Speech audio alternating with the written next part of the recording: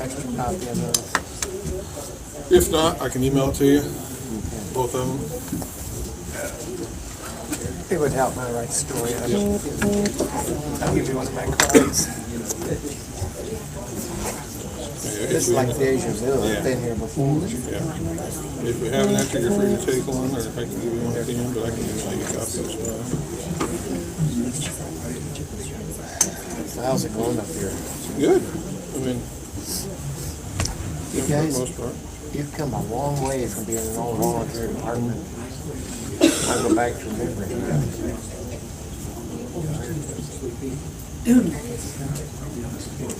Man, Hartland Development Crossing, all that kind of Yeah, stuff. that was big for us. Yeah, and we're still growing. So Oh, I know you are. We've got about 500 plots in the crew they're planning to be built. You gotta cover them, and unfortunately, they don't pay enough taxes to support them.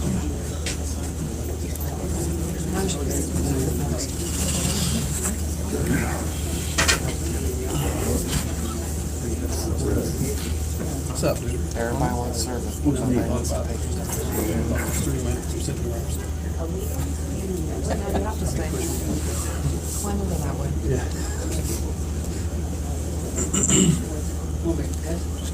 When Mike's talking, and there will only be one, then you have to go past me. There you go.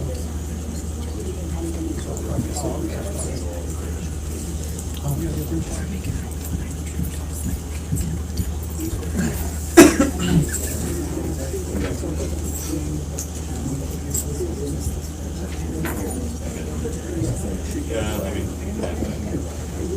All right, before we go ahead and get started today, for individuals that have already signed in, you could let me know on both of the issues or one in particular if you're in here to testify in support or opposition. So I'm going to call out your name and you can let me know. Kelly? Support. Support for both.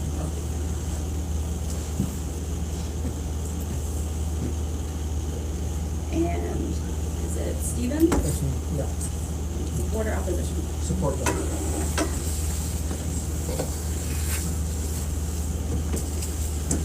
Right. Lewis? Support both.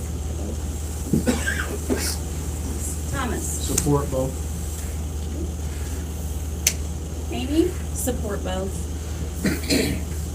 Denise? Support both. And I have Rick? Against both. Scott? In favor of both. You only signed I know, it. okay. Did you want to testify on both? No, it's okay. Is it Candace? Opposed. Both. And then Trudy, you already heard marked. Wait. Yeah. Candace, you signed up for both, correct? Yes. Okay, thank you. The other one.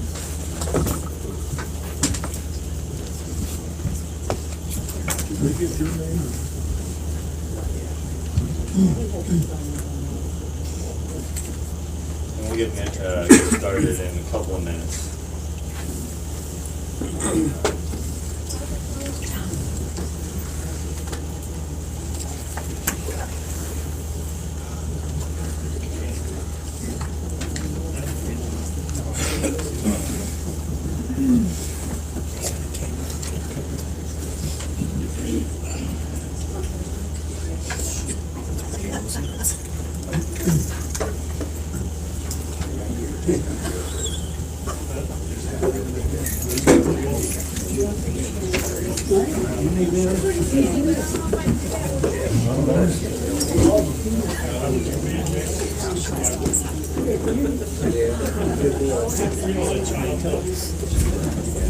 Do you want to speak?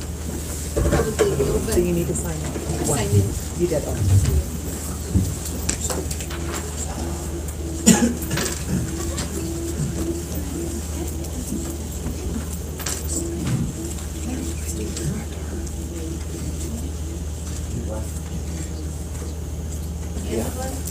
Yes, you here to testify in support, opposition, or a neutral position for the fire department. Support.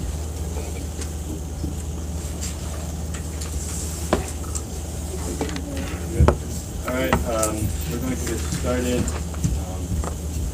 Clock shows 9:02 on my watch. Thank you all for being here. It's kind of as a preliminary matter before we begin. There are technically two hearings that we're going to be holding today. One on a proposed loan by the township and another about the proposed cumulative fire fund. We will be treating those independently because by statute, the DLGF is required to hold a hearing on each. We will, in the interest of everyone's time, we'll try to kind of condense it as much as possible since we recognize taxpayers have similar objections and similar facts pertaining to each. But we will be treating those differently, independently, excuse me. So that, we'll start with the hearing on the proposed loan first. And then following that, we'll probably take a few minutes break to get set up, and then if anyone wishes to sign in for the second hearing, they can do that. And then we will start the hearing on the fire fund after that point. So we'll get started with the first hearing. My name is David Marusarz. I am the Deputy General Counsel for the Department of Local Government Finance, and I'm acting here today as the hearing officer for this hearing. Also with me today is our other Deputy General Counsel, Emily Chrysler.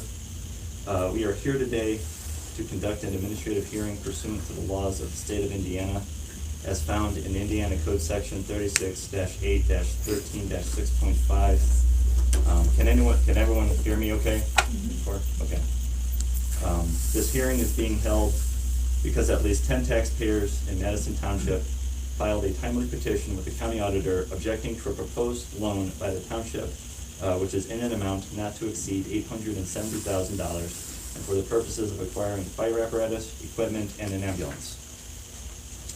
According to the resolution adopted by the Township Board, the loan is to be paid by a debt service levy over a period of 6 years, starting in 2020.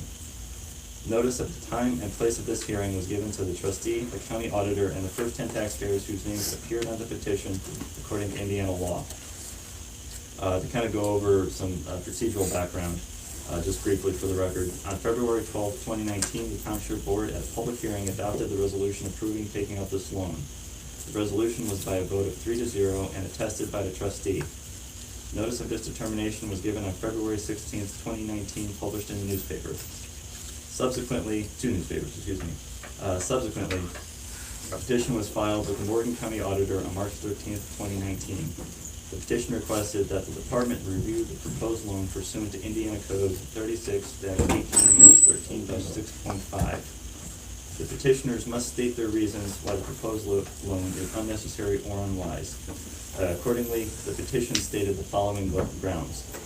The township's expenditure is already the 27th highest in the state on a per capita basis, and any further increase to debt will inhibit future economic development and increases to the tax base. Second ground, the township has the highest expenditure on a per capita basis of any township in the state. 3, any increase in debt will increase the tax rate and prevent the tax rate from being lowered in the future. And 4, there's a significant conflict of interest with a member of the township board. So at the conclusion of this hearing, the department will approve or disapprove the loan within a reasonable amount of time.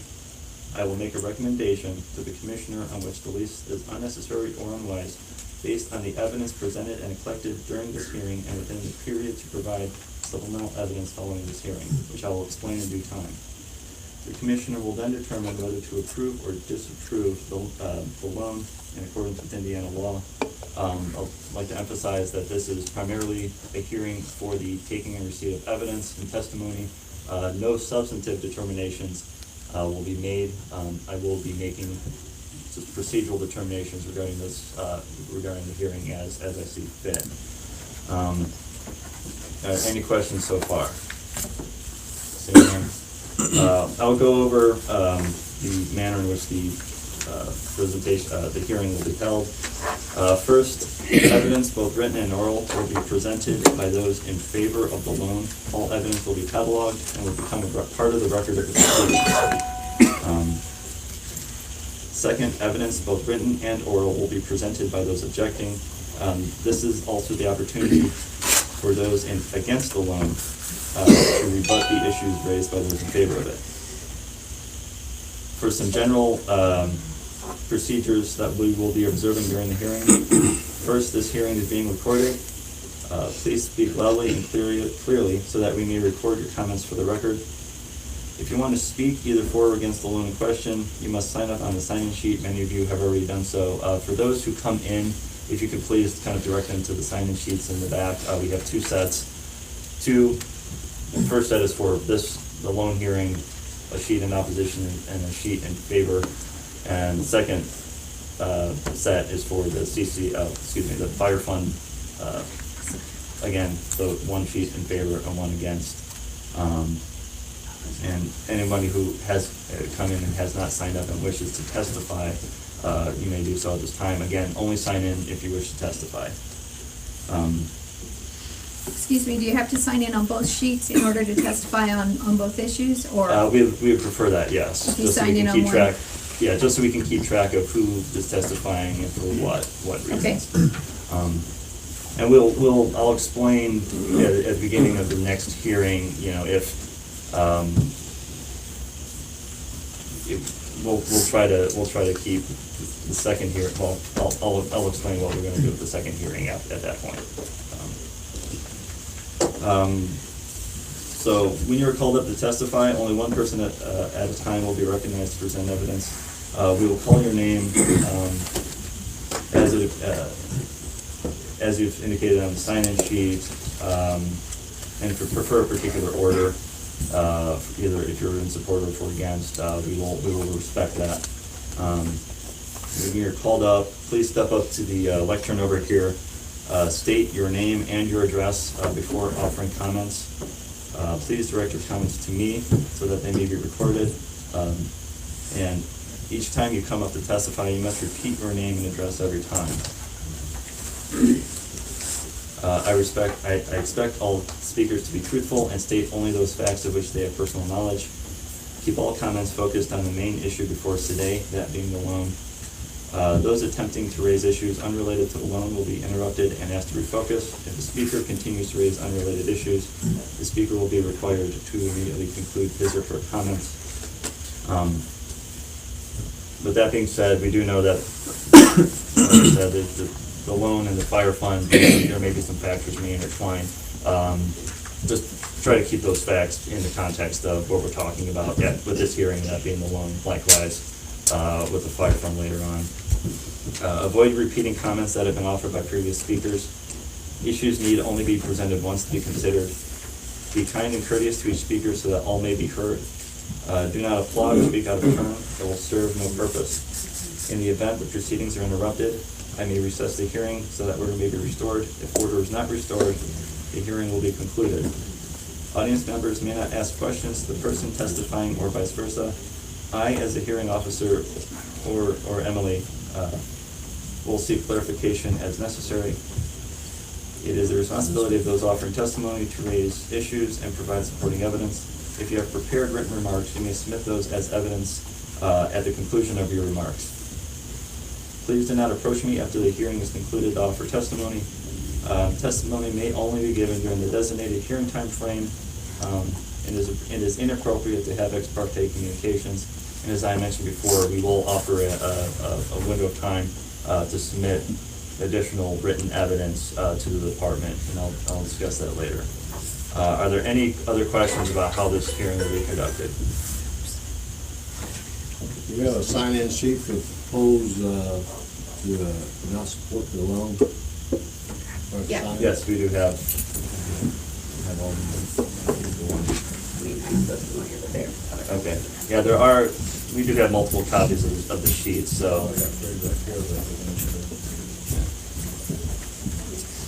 So with that, we will now begin with those speaking in favor of the loan. Steve Bushman asked to testify first, so Steve, you have the podium here.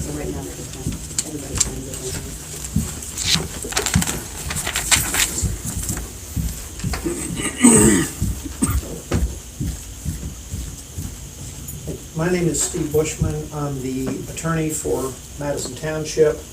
I practice with a firm of Thrasher, Bushman, and Vocal. Our address is 151 North Delaware Street, Suite 1900, Indianapolis 46204. I want to give you a brief outline of what you're doing in the township, address a couple of strict legal issues that are in the petition, and then you'll get the rest of the evidence. Madison Township is a very unique township in the state of Indiana. I haven't checked my census, but it is one of the very largest townships in the entire state without a municipality located in it. Something over 7,000 people. The result, of course, which since you don't have a municipality, you don't have industry, you don't have the concentrated business AV that cuts rates, this is a residential community. The largest residential area is Heartland Crossing, which is on the north side. I believe Heartland Crossing is about 3,000 homes, about 1,000 of those in Madison Township, a lot of the rest in Marion County. A lot of people like to live on the Madison Township side because they don't have Marion County property tax rates, they don't have Marion County income tax rates. They come into the more rural area, save themselves a lot of money. What you are going to hear, the next presenter will be Mike Lang, who is the fire chief. The township has been maintaining a capital improvement plan since 2015. He will present the need for the vehicles, what is being replaced. He will also present the fact that the township basically has been operating on a system of incurring loans to purchase vehicles. When those loans expire, they will then incur loans to purchase new vehicles, basically keeping, therefore, a fairly equal tax rate. Nikki Franklin, the accountant, will present the financial impact, but there is one overriding thing I want to make sure you keep in mind, and that is this. Morgan County has adopted a county-wide ambulance service and has imposed a county-wide rate of 12 cents, except in Madison and Brown Townships, because Madison Township provides its own ambulance, Brown has ambulance, so all the taxpayers in Madison Township don't pay that 12-cent county rate for ambulance because it's provided by this fire department. I do have copies of the legal notices and all that. If they're not in your file, I can give them to you. If you have them in your file, that's fine. We have those. Okay. The only other thing I want to address is a legal issue. In the petition, there was an allegation of a significant conflict of interest with a member of the board. The situation is this. There is a full-time firefighter on the fire department. The firefighter's spouse decided to run for township board and was elected. That is not a conflict of interest. Indiana Code 3544.1-1-4 defines a conflict of interest, and that occurs when a spouse or a relative of a public servant obtains a pecuniary interest, direct personal, in excess of $250 by action of the spouse and the government entity. Nothing involved in buying a fire truck, or when we'll come to later, the cumulative fund confers any personal pecuniary interest on a firefighter. You know, you have to have trucks to fight fires. That is not personal. So there is nothing here that would violate the conflict of interest statute. Could you give us the code citation again? 3544.1-1-4. That's Title 35, that's the Criminal. That's criminal code. Correct. You know if there's any, so in that case, that would mean there's potential, there's a legal avenue. Yeah, there's a legal avenue. You can do disclosures. If in fact there is something that would, potentially create a conflict, you can, through disclosures, avoid that. But it has to be a personal pecuniary interest in excess of $250, and that's not buying fire trucks. They're not being purchased from the firefighter. There are other relevant statutes that I need to bring up.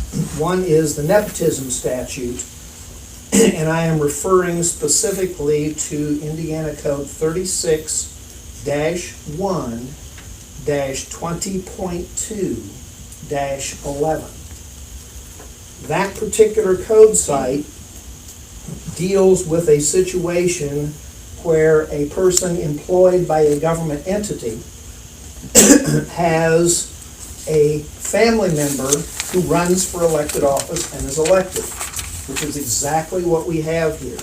That code site specifically says an employee is not in violation of the nepotism laws if, in this case, their spouse runs and is elected, and they may continue to serve in that employee position without violating nepotism law, as long as they're not promoted. There's nothing here going on here today that has to do promotions. And so by Indiana's nepotism law, not only do they recognize that what's happening here is appropriate, it is not specifically a violation of the nepotism law. There are a couple of other statutes I also want to cite. One of them is Indiana Code, let's see here, 3-5-9. And what that does is it prohibits a full-time employee of a government entity from running for and being elected to a board. That code site does not apply to family. It is only the individual themselves. In this case, the member of the township board is not a firefighter. It is a spouse, and that is not a violation of that statute. There is another statute, Indiana Code 36-1-23. And that particular statute provides that if a volunteer firefighter runs for a township board, which they can do, not as a full-time, but as a volunteer, that volunteer, if elected to the board, can't vote on budgetary matters. That does not, again, does not apply to family. This is, the person who is on the board is not a volunteer firefighter. Spouse happens to be a full-time firefighter, but by state law, there is no prohibition for the board member to vote on anything. The last one I would bring up, just to bring it up, is contracting with a unit. That's Indiana Code 36-1-21. That provides if an elected official has a contract with a family member, you're hiring your spouse to do computer services or something like that. That can be done with disclosure. Nothing in the acquisition of a fire truck has anything to do with a contract with an active firefighter. So I raise those for purposes of point 4, which talks about a conflict of interest as a matter of Indiana law. There is no conflict of interest here with any action taken by the township board member. You cited to Title 3. Could you provide the full citation again? Sure. The Title 3 is 3-5-9. Okay, so Yeah, it's the whole chapter. And I would assume there's the statute provides for some recourse if they're, in case there's a... Actually, what that one says, if you're a full-time government employee and run for office and are elected, you forfeit your job. Okay. Automatic. But again, it doesn't apply to family members, it's only the employee. I see. That is my presentation. If we may, then I would have Chief Lang start with the capital plan and the need for the vehicles. Okay, thank you.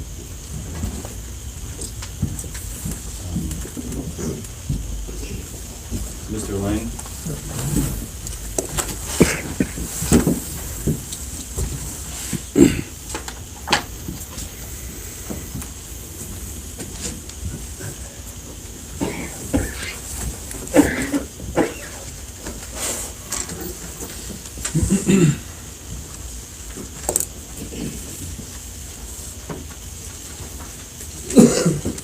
Morning.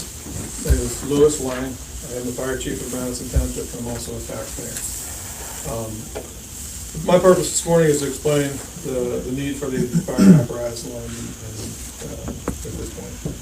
In 2015, when Trustee McDonough was elected and I took office as fire chief, one of the first things we did was create a capital improvement plan. We evaluated all of the apparatus, the buildings, and the equipment that we utilize on a daily basis. And each year since, this has been presented, updated and presented to the board. So it's been a work in progress since 2015 and openly shared with the board and public. The apparatus that we're discussing today, our number one point is our ambulances. Both ambulances were purchased fairly close together, the first being in 2006, the second in 2009. Both of our ambulances are pretty maintenance intensive. The first ambulance, our oldest ambulance, since 2015, January 1 of 2015, we spent $21,427.24 on maintenance on it. And that's our backup ambulance, our second due out. Our first due out ambulance is 2009, and we've spent $50,243.61 in maintenance on it since January 1, 2015. The major issue with that one is in 2015 we had to put a complete new engine in it. It was about $24,000, so that's why the significant increase. Just so happens, I was the fire chief in 2006 when we purchased our oldest ambulance. The plan at that time was that we bought an ambulance that could be remounted and re-chassised when the time came. Our plan has been that all along. Our intentions at this point are to re-chassis that ambulance at saving about 20% to 25% of the cost of a new ambulance. In doing so, we've reached out to multiple vendors, and we have quotes from two vendors that of what they would charge us to remount the ambulance. And we had two vendors that came back and said that they would not remount the ambulance, so they refused to even quote the project. In doing so, one of them has, recommended that we look at a new ambulance, so that is being considered as well. All of those decisions will be brought back to our township board to make the final decision on which route we go. We'll have the quotes for remounts and quote for a new ambulance that they'll ultimately, be provided with. The second part of the loan, again, our number one priority for this loan is to replace an ambulance with either a remount or a new ambulance. As the attorney mentioned, we provide our own ambulance service. The rest, us in Brown Township. The rest of the county has provided ambulance service through an additional tax at the county level. We are exempted and we do not receive any county benefits for ambulance service. It's all provided through our fire fund.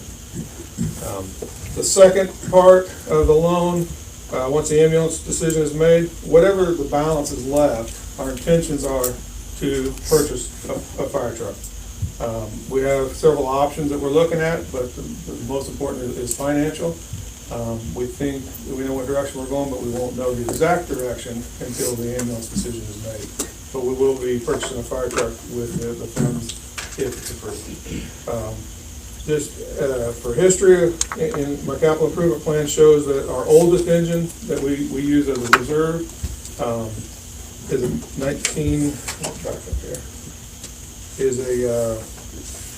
1997 Ferrara pumper.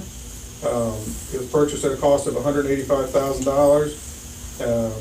Typical lifespan of a fire engine is 12 to 15 years. And you can see this one is 22 years old. Again, we spent $22,551 in repair and maintenance to keep it in service as a backup. Our intention would be that we would sell this fire truck if and when the loan was approved. Our two frontline engines is a 2008 and a 2009. Both of them are very similar engines. One's a 2008 Pierce Contender, the second, the 2009 Pierce Contender. Those are, obviously, they were purchased within a year of each other and are very similar. Engine 31, which is our south station, the maintenance on that engine has been $47,362.84. our primary engine out of this fire station is in $55,474.51. So, as you can see, significant amount of money each year goes to maintaining this apparatus. We've shown that taking an apparatus and moving it to a reserve status, it's still fully functional. It's still able to be responded on any given day, but the maintenance cost reduces because it's in a reserve status. But we do, in our setting, we still keep and maintain that reserve engine because of providing service, when our main engines get serviced and are out of service. Our plan all along has been to spread out our apparatus purchasing. Again, I was fire chief in 2007 when the first loan was proposed and ultimately was approved. The plan at that time was to purchase a fire truck. When that fire truck was paid off, we would continue and purchase the next. So we had a rotating apparatus purchase in the 6-7 year time frame. And those engines, like I said, they last 12 to 15 years in a frontline firefighting ability. So that would keep us in a rotation to where, as we did in 2008 and 2009, we purchased 2 engines back to back. So that tells us that those are going to time out and age out about the same time. So we don't want that as we move forward.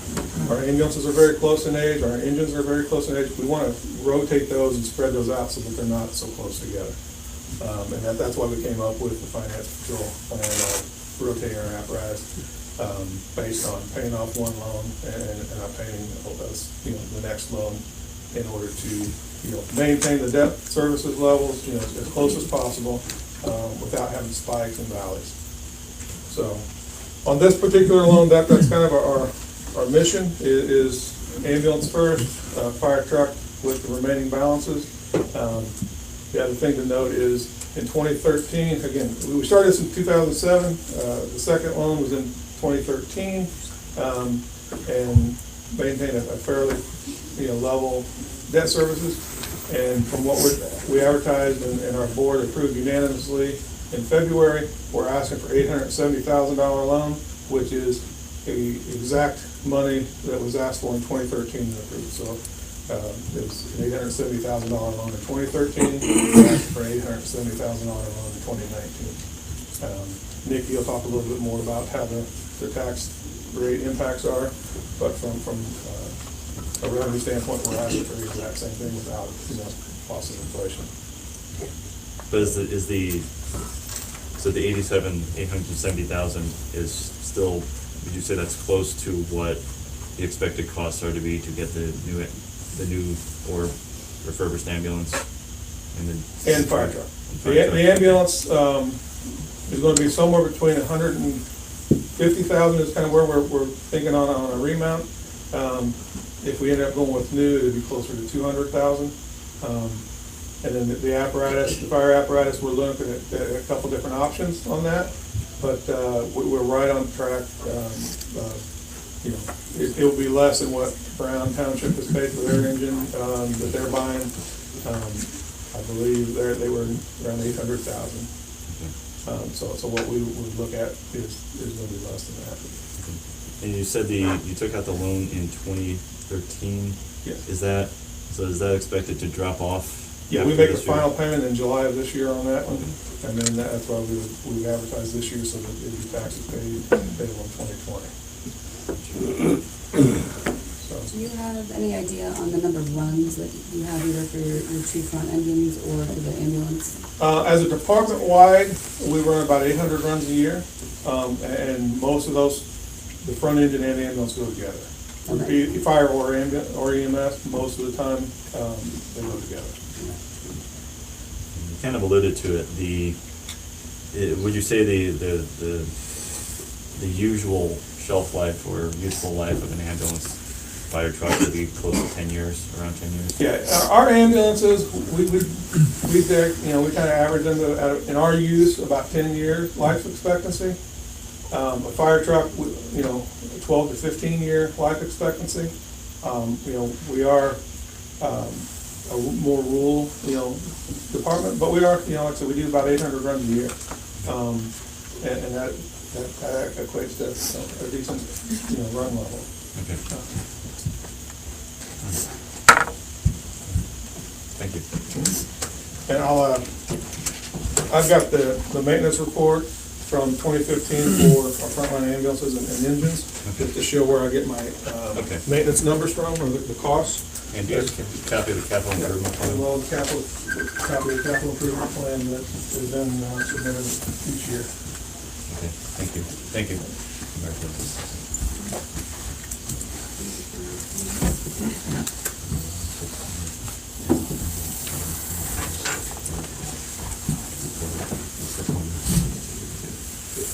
Okay, I think Nicole Franklin, you asked to come up next.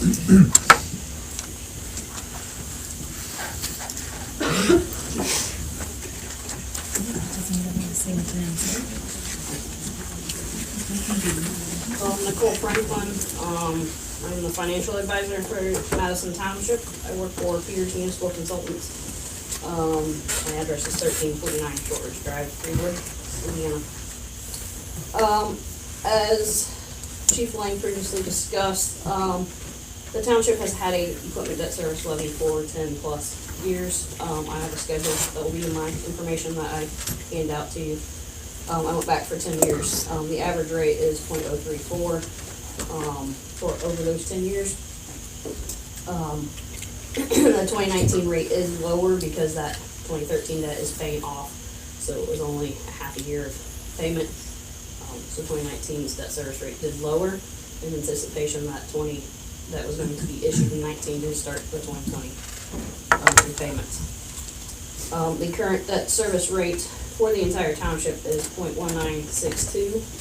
The anticipated debt service, or anticipated total township rate would be 0.2167, assuming same AV and all other township rates stay flat.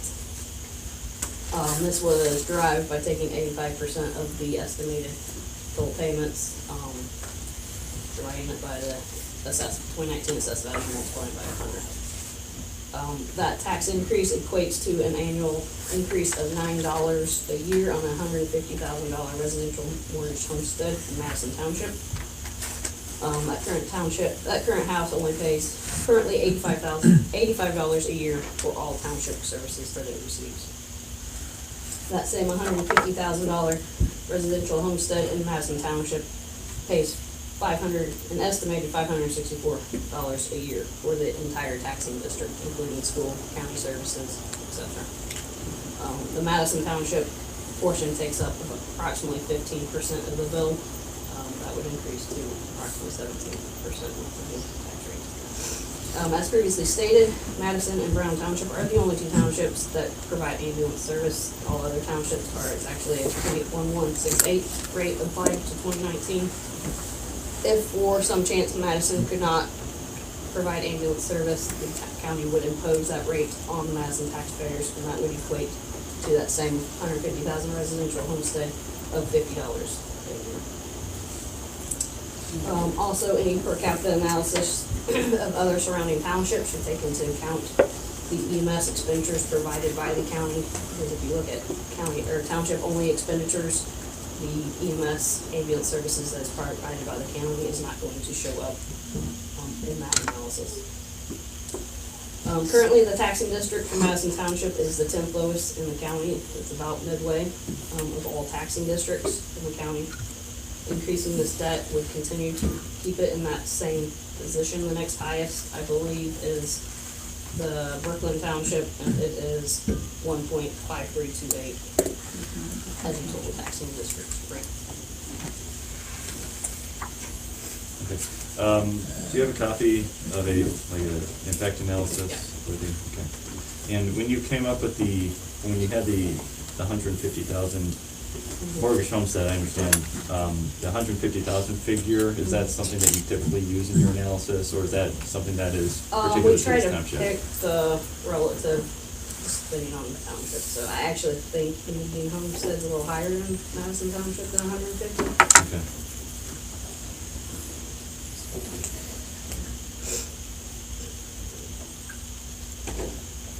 Thank you.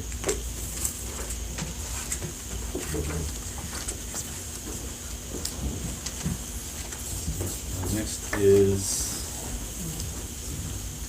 Kelly, Bella.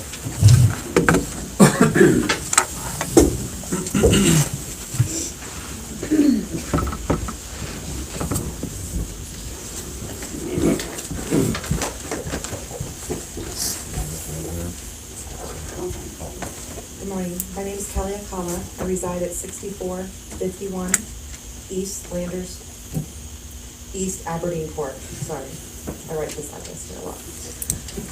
Canby, 46113.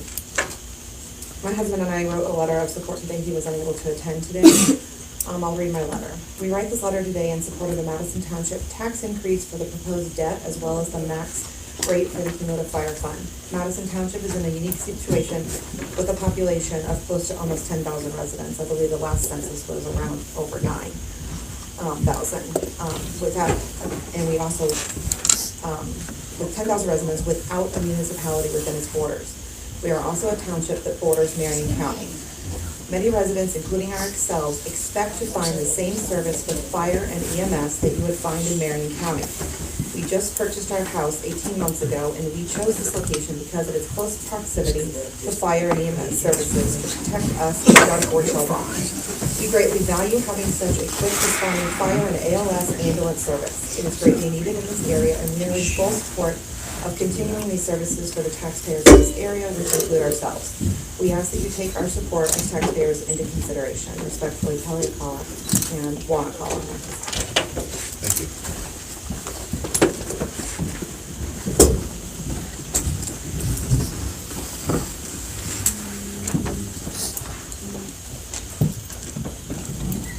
Mrs. Buckrow?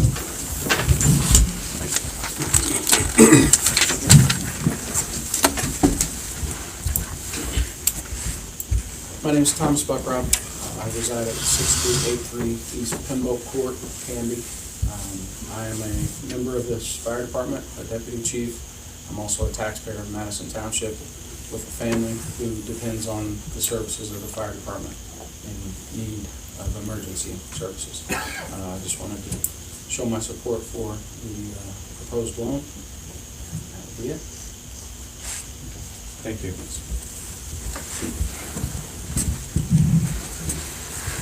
Amy Russell?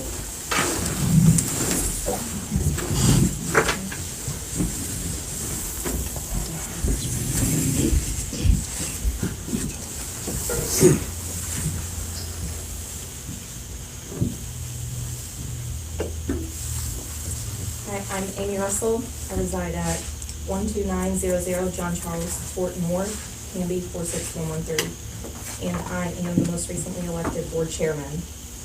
During my election, I ran my campaign on better equipment, better apparatus, and improving public safety altogether. I would like to point out that maintaining this loan is the responsible decision as it allows us to maintain debt we currently are paying and replaces older apparatus with new functioning equipment. These are all the overwhelming points that I made during my campaign and had the most votes in my favor. I also have a family in this township. I reside in this township. I'm a taxpayer in this township, and I fully support the fire department. Thank you. Thank you. Denise McClure?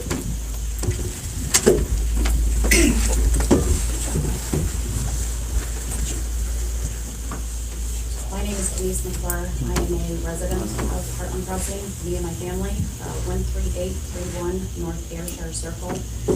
In March 2008, our family was victim of a house fire.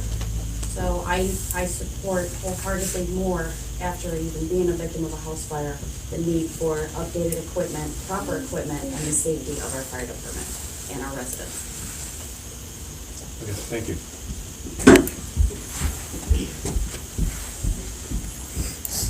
Scott McDonough.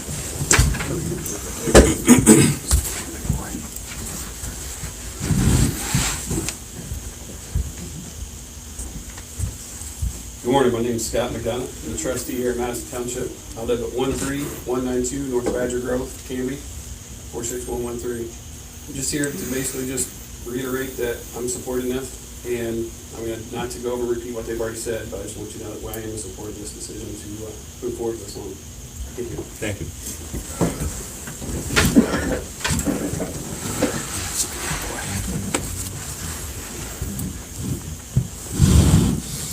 Melanie DePay.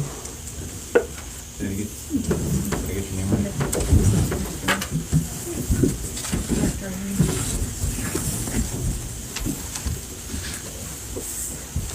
I'm speaking for On Melanie. behalf of- okay. My name is Dale DePoy.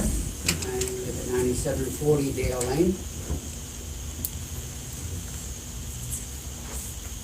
Right now, I'm neutral. I am not a firefighter, nor am I any connection with a member that's voted on this and on the township trustees board, et cetera. But, and I'm currently signed up as neutral, and I'm trying to understand the issues. But it seems to me that we have a fire department that has a plan, okay? That they're trying to keep tax rates low. And I think as a resident, we expect quality services at reasonable rates. So are we getting that, okay? I think the plan is attempting to do that, and they're trying their hardest. I think the plan avoids a 12-cent tax to the county for countywide dispatch. It is avoiding a Brown Township charge if we don't provide our own ambulance services. So it seems to me, okay, that they are doing the best that they can with what they've got. I am disappointed that we don't have a city or a town and municipality in here to help with the rates. I understand. No one wants a tax increase, but you can't avoid taxes being paid somewhere else. Mr. Dale, sorry, if you can just direct your comments to me, sorry. You can't, if we're trying to avoid taxes, paying somebody else's tax rate, Brown's countywide, and to think that we can do this continuously without increasing our own is kind of ridiculous, okay? And I think the rate that they're asking is reasonable in light of the service. I might also add that I recently needed the services of an ambulance, okay? I had a heart arrest at the city park. It may take minutes before life ceases, but it doesn't take long before there's brain damage. And so the closer that ambulance is, the more quick they are, and the more talented the crew is, the better outcomes we can expect as residents. Thank you. Thank you. I apologize for going out of order briefly. Melanie? Melanie DePay?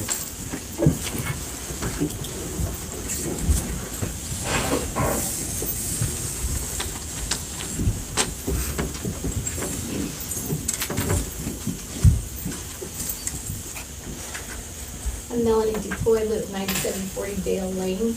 I am speaking in support of the loan so that the township can follow its strategic plan. It sounds like they have a very well thought out plan where they're doing constant replacement of equipment so that they have a level debt service.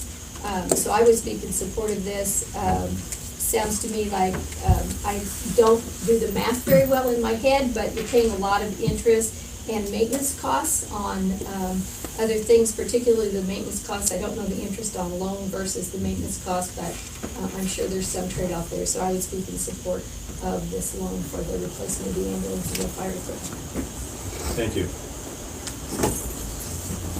Lastly, Joseph Jordan.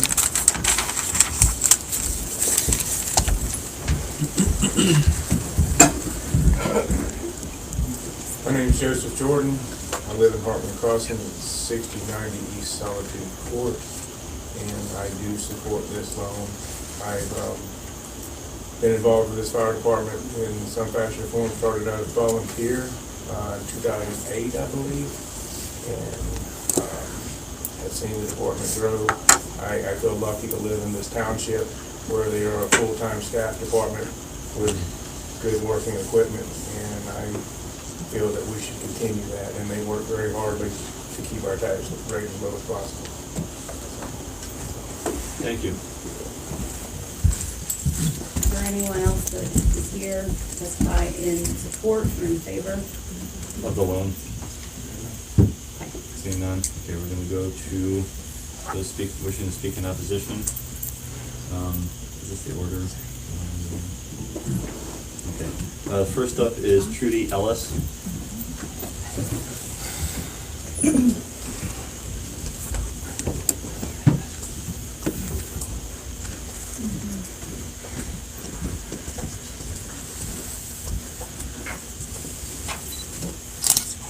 gonna make two presentations, one for my husband and one for myself.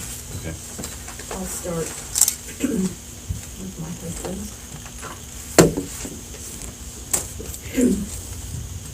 Larry Ellis, 11769 North Forest Manor Drive, Marusarz. As a resident of Madison Township, I am very concerned about the proposed tax increase. We do not have a town or city or large business in our township. We do have a few small businesses operated by local residents. Excuse me. The majority of the tax base is residential housing. I'm opposed to the increase in taxes for that reason and for several other reasons. We must all live within our budgets based on income and other factors. Likewise, the township and fire department must do the same. We all should learn to live within a budget, even if that means sacrifices. For example, if our car wears out, which it has 218,000 miles on it, we would need to replace it. I would replace it with a used vehicle rather than a new one because of cost and depreciation. Did I mention I love shiny new cars? Given the amount of our township's budget, the township should be able to live within their current means. If disbursements are wisely made, I have a hard time justifying some of our expenditures. I have been told our ambulances are requiring a lot of repair and need to be replaced. Let me give you an example of one of the expenses. On 11/27/2018 by I-70 Record Service, total bill $1,404.46. Brake check, right front outer pad, metal to metal. Most modern brake pads have wear indicators that squeal when applying the brakes before they are completely worn out. A driver would certainly notice this when driving. Found right front caliper bad. I'm assuming this means piston was not releasing. Bearing also defective. Left front caliper piston coating coming off. As a result, the following parts were replaced: 2 front rotors, 2 front wheel seals, 2 brake hoses, 2 bearings inner, 2 bearings outer, cotter pin, brake fluid, brake pads, brake cleaner, environmental fee. Some of these charges are inflated and some of the parts are not necessary, but most disturbing is most of these costs were avoidable. I am sure their own vehicles are maintained on a more consistent basis. This is just one example of wasted monies at the township. McAllister Cat, 12/28/2018, performed several tests on the backup generator at Station 31. Technician was unable to verify problem with generator. Jim Wood authorized replacing 2 relays, which was done as a precautionary measure at a cost of $3,084.95. On 12/6/2018, Thomas Buckcroft purchased a dry suit in BCD for a total of $2,200 from Bottoms Up Scuba Indy. I'm not a scuba diver, but I can only imagine this dry suit will only fit a very limited number of people. If this dry suit is for Mr. Buckcroft, and if it was for water rescue, then how can he do water rescue when he cannot enter a building on fire? Another invoice dated 12/13/2018, Bob Lock Fitness, was for 2 treadmills, which was $7,600, 1 elliptical, $3,200. Excuse me, Trudy, what does this have to do with the loan? The money being spent on, the money that we could be using for the loan is not being, or the money being spent could be spent for things that are needed in the township. Okay, and Is those what are the. he's saying. Okay. Continue, sorry. 1 elliptical, $3,200, 1 Olympic bar, $169, and freight of $199 for a total of $11,168. I know the township had some fitness weight equipment, which may be a little old or not up to current standard, or was all this a need or a want? Lowe's on 12/1/2018, several items were purchased, among them rock salt in 50-pound bags, 49 bags in total. This is wintertime, no problem. The problem is $60 delivery fee. Chief Lang had stated that we would be purchasing a truck for hauling supplies and to put a plow on it. Chief Lang purchased a used Suburban and the plow remains on the brush truck. The township already had 3 newer SUVs at the time. We now have 4 SUVs. The part-time chief and the 2 part-time deputy chiefs all have SUVs. These are used for personal as well as business. Of course, the fuel and maintenance and insurance costs are paid for by the taxpayers. Here is a place where a large amount of funds could be saved and applied to real needs. Another invoice with global invoice, I have the number, light tower pan gear will not let light pan, the pan gearbox was split on top and the gear inside of gearbox, missing teeth on gear. Removed and replaced the gearbox. How did the gearbox split? Was it struck by something? Exhaust pipe bent, straightened exhaust pipe. Did someone back into something damaging the tailpipe? Trudy, I'm having a hard time on seeing the connection here between the claims of the petitions, this loan, and what you're saying here. So is I can understand, your claims that the township is wasteful, Okay, that's- fire department maybe doing wasteful spending, Okay. but are you saying here that this is just another instance of that with this loan, this proposed loan? I believe that's what he's saying, yes. Okay, because I think we're getting way too much far field of what we're trying to talk about here. So, because right now we're talking about instances with the township spending that, just try to redirect your remarks toward the I think the township spending loan. all has an effect Okay. on, if the township spending was held in tighter, then maybe there would be more funds for Okay. other things. Okay. I think his point. I got you, okay, okay, And I was really almost done there. Okay. We bought $2,516 of furniture. Was that really needed? Our insurance is in the highest bracket due to injuries. If we could have an atmosphere of safety, we could lower our costs. If we could take care of our equipment and control our expenses and spend only what is needed, we would be in a much better financial position. Keeping up with the Joneses is an expensive proposition and only leads to financial ruin. Please, for the sake of the residents of Madison Township, do not approve more funds either by a loan or by adding an additional cum fund so that more of our hard-earned tax dollars can be wasted. And you indicated that that was written testimony on behalf of your husband. Did you want to go ahead and submit that to us? as an Yes, exhibit? yeah. Thank you.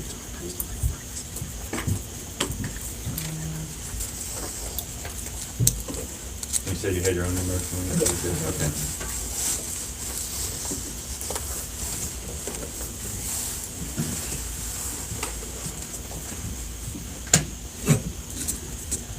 I wanna,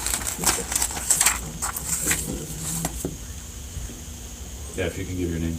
Trudy Ellis, 11769 North Forest Main Drive, Morrisville.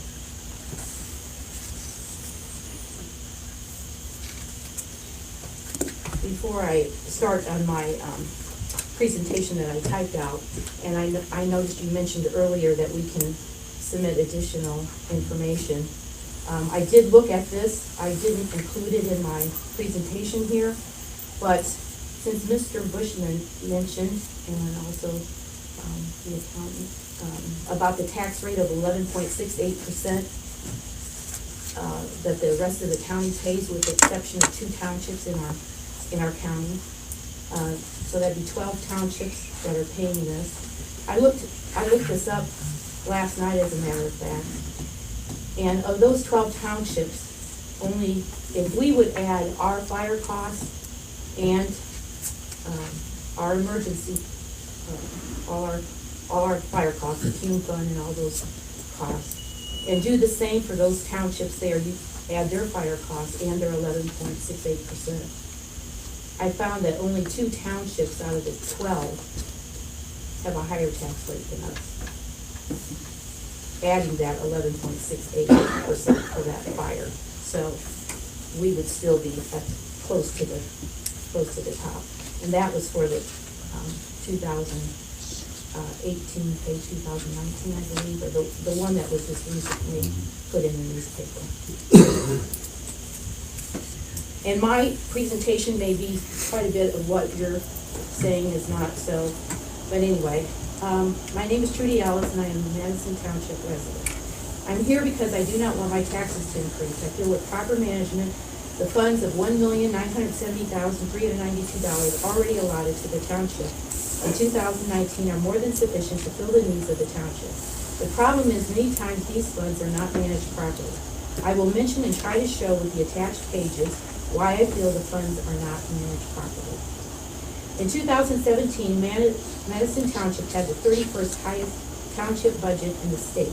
We also had additional appropriations of $95,225 approved during the year, which if these monies were included in the budget, they would have moved Madison Township closer to the highest township budget in the state. In 2018, we moved up the ladder a couple of rungs and we're the 29th highest in the state. Once again, in 2019, we moved further up the ladder and now we are the 28th highest township budget in the state. Keep in mind, we are the 126th in population. Now, you would think that since we are 126th in population with nearly the highest budget in the state, that we could save some money, but no, we cannot operate like that. You can see from the annual report that the budget of $60,000 for the Human Fire Fund was completely spent, every last penny. When I called the DLGF several months ago, they said that most townships use the CUM fund to accumulate funds so that when an apparatus is needed, they either have a large down payment or are able to pay completely for the item. This is not what happens in Madison Township. We have the 4th highest county tax rate in the state. I did analysis on similar assessed properties that were in Johnson and Marion County and a property in our county, and I found out that one could save around $1,000 depending on income if you moved out of the county. This doesn't make this area desirable for growth. Madison Township has a very high per capita expenditure, which was the highest in the county in 2018 and the 27th highest in the state per the expenditure per capita report on Gateway.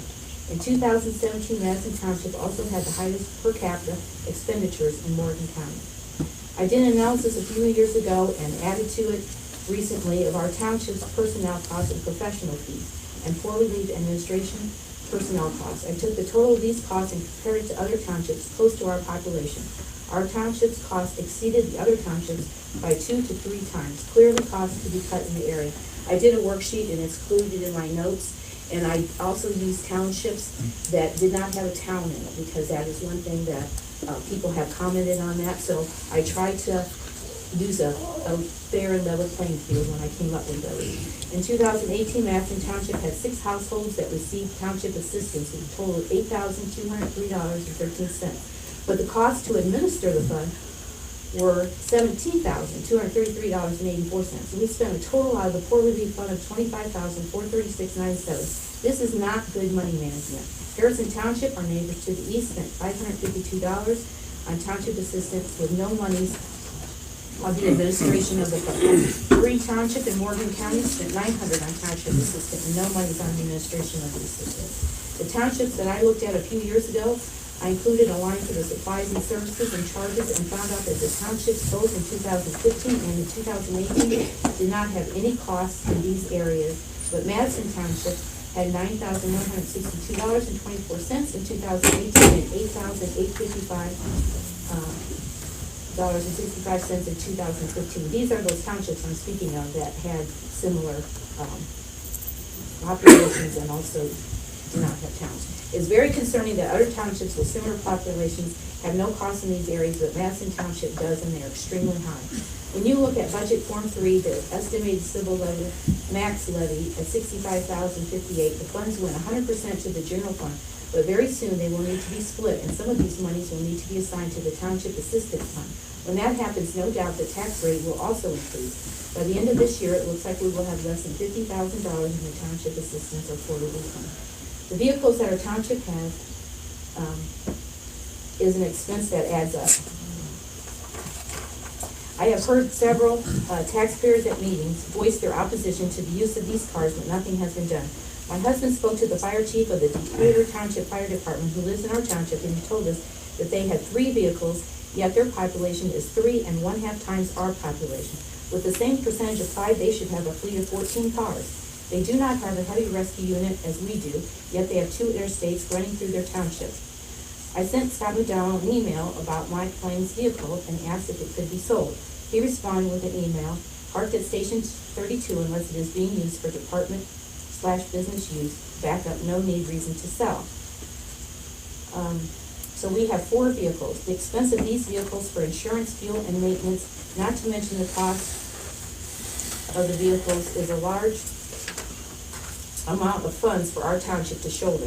These vehicles can be driven in all the surrounding counties and are not monitored. It is interesting to me that companies can monitor the speeds and whereabouts of their vehicles, but Madison Township cannot provide taxpayers any monitoring or mileage logs of our vehicles. Maybe instead of so many vehicles, we could save some of these monies for an ambulance if needed. I thought they were discussing sick time. I thought when they were discussing sick time, they had made a mistake because they are awarded 720 hours a year on January 1. I thought they had added a zero in error, but I was in error. I have never known any company that awards that many sick hours in a year. I have a brother-in-law that is a full-time firefighter in Indiana, and he gets 5 sick days a year that has to be taken in 24-hour increments. This is a big difference. Then there is vacation time at Madison Township. Trudy, I'm gonna have to ask you again, just try to keep it focused on the loan. Yeah, spoken about the vehicles, but we're talking about management and sick leave and things like that. We're trying to keep things on the loan. Well, I'm just trying to show, and that's fine. I can just turn, because you guys look at this as well, Right. correct? Yes. I can just turn my presentation in, and you can go through all of this, because I do feel that all of this is pertinent. Mm-hmm. It all does affect the money management here. So, and I can do Okay. that. And Okay. I'll just finish Sure. with a couple paragraphs at the very end and. Go ahead. Okay. I have tried to show, well, let me back up this paragraph here, because she asked the question about this. I did a review of the dispatch runs in 2015 and 2018, and I found that once you take away the runs that are outside of our township and the dispatch and canceled runs, in 2015 we had about 450 runs, and in 2018 we had about 550 runs. Both years we had about 60 days with no runs in the township, and in 2018 we averaged about 1.5 runs a day. Okay, I've tried to show that there is enough money if managed properly that could be used for the purchase of equipment. We do not need an additional cum fund or a loan. Please hold Scott McGowan to his statement in the January 27, 2015 board meeting when he stated that his biggest goal will be to live within our means. This means no loans. We have to manage it with what we have. I will close with a quote from Robert Heinlein, who wisely said, "There is no worse tyranny than to force a man to pay for what he does not want merely because you think it would be good for him." I did have a clarification question. When you talk about vehicles, are you talking about the ambulance? No, I'm Or just talking- any other township Yeah, vehicle? these are, Okay. these are vehicles that they take home is what I see. I see. Okay. You said you had done an analysis. Do you have a write-up of that analysis? Or? It's all in here. Okay. And I just had to write it that way. I had limited time in preparing this because I was the one who didn't get my notice until Monday afternoon. Thank you. Thank you.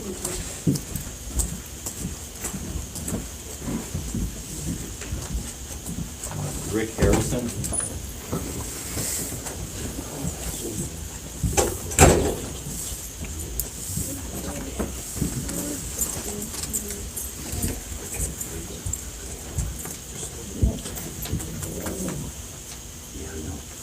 Go ahead. Rick Harrison, 12908 North Robinson Street, Canby, 46158. 1972, I was 15 or 16 years old and wanted to be a fireman. No way to be it. Some of my buddies, farmers, got together, talked to the volunteers, and we started a cadet program. I finally left the department in 03. Never in my wildest dream did I think I'd be up here talking against money.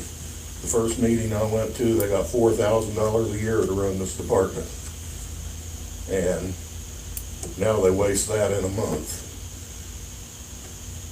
The squad, the rescue, heavy rescue they bought, it's the only one like it in the county.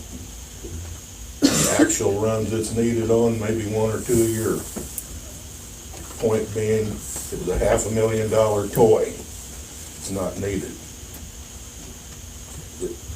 The attorney brought up industry. This township don't have enough industry to do anything. These guys come from Wayne Township, where every other address is industry. It don't come out of our pockets. Up there, it comes out of the industry's pockets. They're trying to do the same thing down here that they got up there, and it ain't gonna work. Got another station down there that's gonna go into the cum fund somewhere along the line. From what I can gather through the meetings, in the last 4 years since trustee's been in office, they replaced the water heater.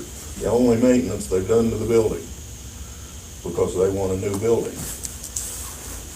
That's the kind of things Trudy was trying to say. They don't spend the money wisely.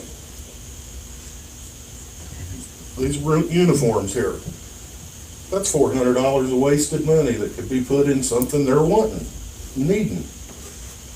I'm gonna stop because I'm losing my temper. Thank you.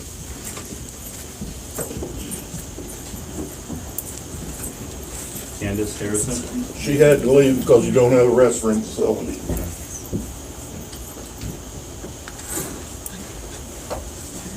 Gregory Terhune?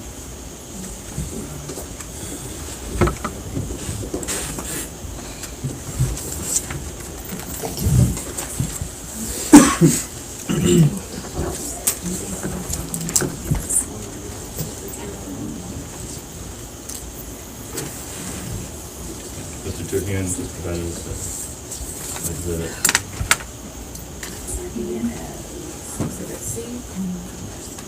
Go ahead. My name is Greg Tribune. I live in Heartland Crossing, 6433 East Edna Mills, Canby, Indiana.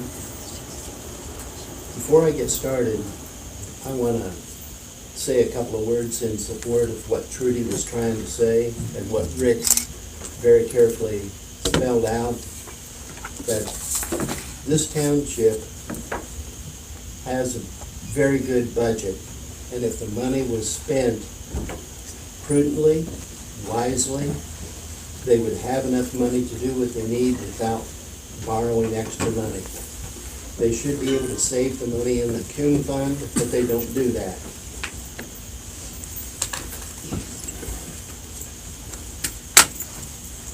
I have background in economic development. So I'm going to be talking from that perspective, a little bit different than anybody else has been speaking. I want to thank the Department of Local Government Finance and the hearing officers for giving citizens the opportunity to express their opinion on the issues today. The issue we're looking at right now is the matter of the $870,000 loan. This is nearly 50% of the entire township budget, and this loan would burden the township for years to come. The township has struggled with a stagnant economy for years now. This loan will cripple any chance of economic development and delay recovery far beyond the life of the loan. Madison Township trustee has for many years in a row now been given an approximately $2 million budget. For a township with a population of less than 10,000 and a tax base of barely $418 million, this is very generous. The township has almost no businesses to help support the tax base. There are a few businesses along State Road 144 and a few others scattered around the township, but not enough to build the tax base. The tax base is almost based on entirely agricultural and residential. With the budget so high and the tax base so low, the tax rate is so high as to be oppressive and inhibit any chance of economic development. The Indiana Gateway lists reports for the expenditures per capita for all 1,008 townships in the state. Looking at these reports is very enlightening. It lists the last 7 years of data. And for these 7 years, not only has Madison Township been the biggest spender per capita in the county, but we also have been one of the biggest spenders on a per capita basis in the state.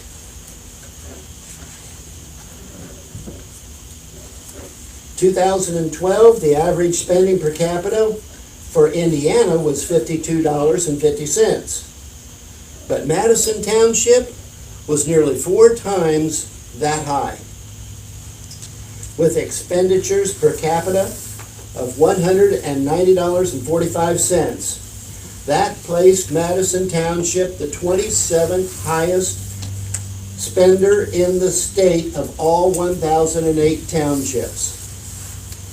Last year, the expenditures were even higher, at $193.03 per capita. I listed the data in the Appendix A for you to look at when you have a chance.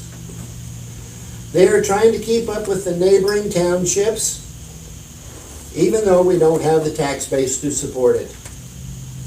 This township is addicted to high spending. We need to grow the tax base. But with the high spending and low population keeping the tax rate high, why would a business move to Madison Township? I moved to Heartland Crossing in 2004, 15 years ago. And there are several lots in my neighborhood that the developer has still been unable to sell, and the assessed valuations have remained stagnant for years. And that information is in Appendix B. In 2008, the township's assessments totaled nearly $476 million. Last year, 2018, it had actually fallen $68 million to $400 million even. This does not show a healthy economy.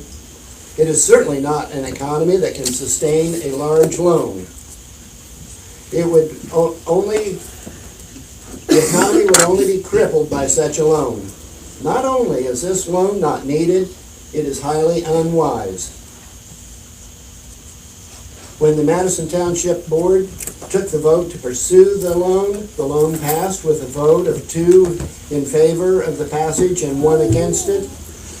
The legality of this loan is questionable because one of the 2 board members is the wife of a full-time paid Madison Township firefighter, which could present a conflict of interest. She should have abstained. In conclusion, I'm saying this loan should not have passed, and that the loan is unnecessary and unwise. Thank you. You said there was one vote that should have been abstained, you said? I felt that 1 vote should have abstained, that one that possibly presented a conflict of interest. Okay.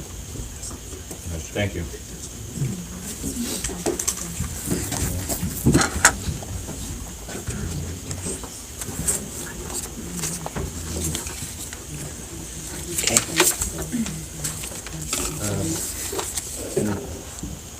Is it Watson? Watson? Kenneth? What was your last name, sir? Watson? Watson. Okay, thank you.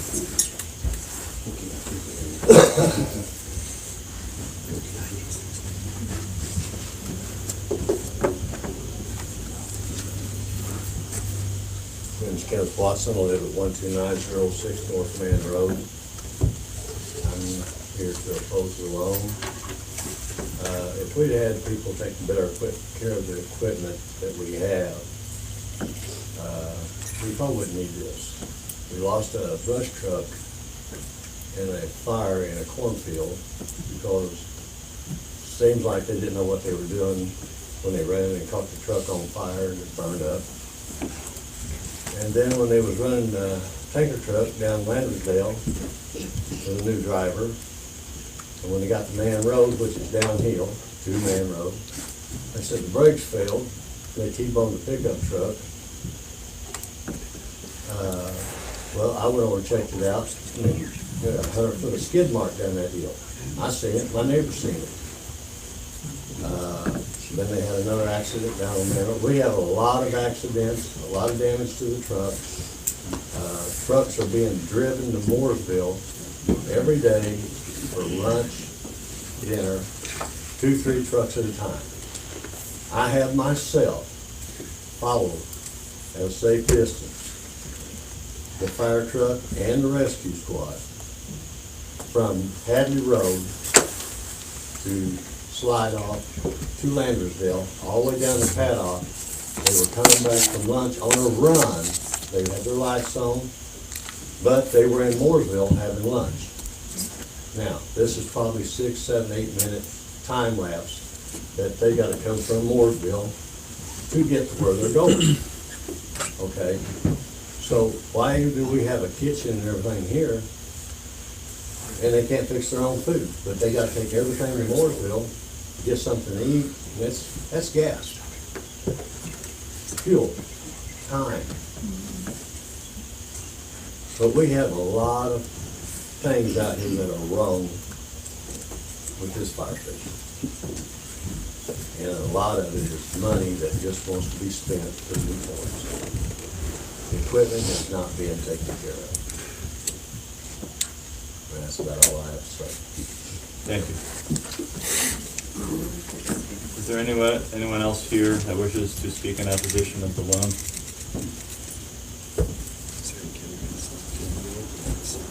Seeing none. Seeing none, if you'll bear with me for one moment. All right, thank you all. So thank you all for your testimony, your attention to this matter. What we will do is we will have a window of about 2 weeks to submit, whereby anybody speaking or who wants to submit evidence either for or against the proposed loan can submit it to the department. You may direct it to me. I will give you my name and our address. I'll also give you my email address as well, if you wish to provide that. And if you didn't catch it, you can come up after and you can just ask for my address. I can give that to you. My name is David Marusarz. My last name is spelled M as in Mary, A-R-U-S-A-R-Z, at the Department of Local Government Finance. Our address is 100 North Senate Avenue, room N1058, Indianapolis, 46204. My email is D as in David, M as in Mary, A-R-U-S-A-R-Z at dlgf.in.gov. And again, we will accept testimony through the close of business 2 weeks from now. I believe that is May 10th, I want to say. The close of business 2 Fridays from now. I think that's May 10th. Good.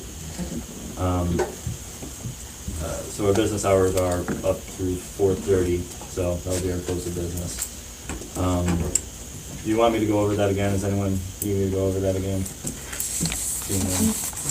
Oh, sorry. So you take testimony either by mail or by email? Mail or email is acceptable, you're right. So what I will do is I will conclude this meeting, and we will take about 5 minutes for that. So thank you all again for your testimony regarding the loan. I will prepare a report to give to the commissioner and make a recommendation to him regarding whether to approve or disapprove this loan. We will take a determination. We'll make a determination based on all the evidence presented. If there's any other business regarding this particular hearing, what we'll do is we'll take about maybe 10 minutes till that. Starting up again at 10:30, we will do the hearing regarding the cumulative fund loan. And if you want to wish to testify regarding the cumulative fund, I see a lot of people have filled it out already. But if anyone here wishes to testify again regarding the cumulative fund, they may. I think we still have the sign-ins in the back. You may sign in if you want to testify. There being no other business, this hearing on the proposed loan of Madison Township is adjourned.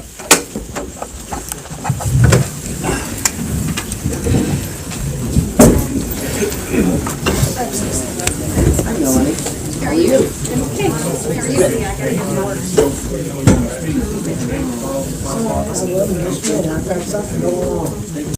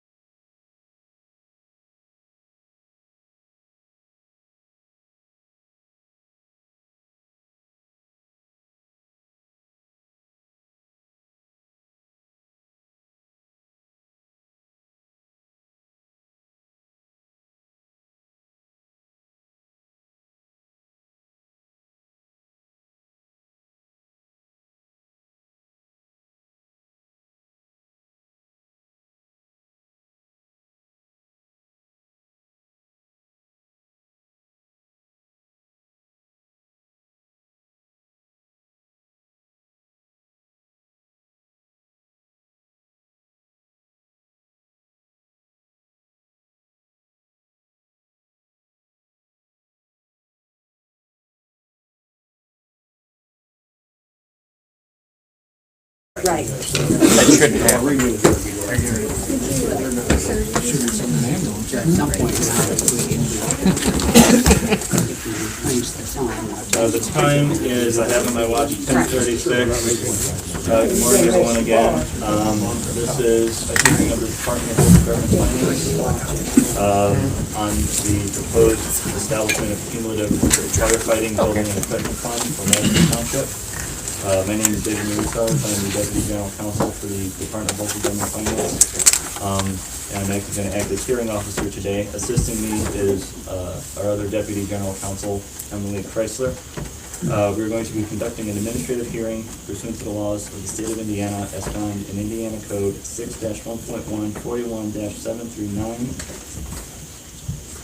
9.